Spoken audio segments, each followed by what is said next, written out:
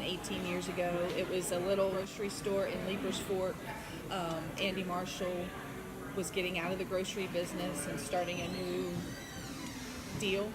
And he purchased the Leapers Fork location several years ago, and it was an old grocery store out in the country kind of theme, and you get your bread and milk and things there, but you can also get biscuits and gravy and things like that, Old Farmers and stuff, gas station kind of thing. And so when Andy picked it up, he kind of transformed it into the restaurant more side, keeping the grocery theme as its history, and the Puckett's name because of its history. And so then he more evolved into a music venue, being out in Leapers Fork and being in this area.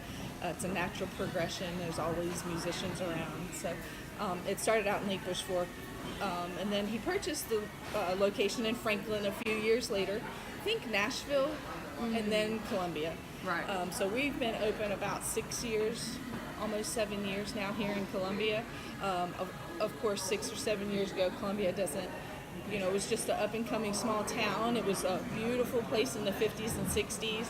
It kind of lost its flair, and Andy just knew that this town was the next town that was going to be something and should be something. The growth for Columbia is great. They're continuing to stick with the small business owners, and they want small business owners in here, but then they have the corporate aspect coming in on the outskirts of Columbia.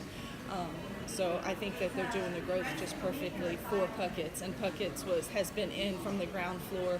Being able to bring a breakfast location into the downtown area has really been the key to success for the downtown area, and the Columbia people recognize and love us for making the commitment to come out here.